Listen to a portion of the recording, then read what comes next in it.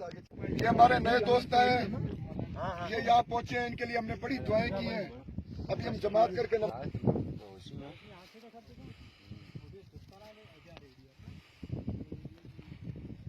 होते हैं। हम यहाँ पे बारबेक्यू पार्टी कर रहे हैं यहाँ। अभी थोड़ी देर बाद मैं आपको आंसू झील की असल कहानी सुनाऊंगा।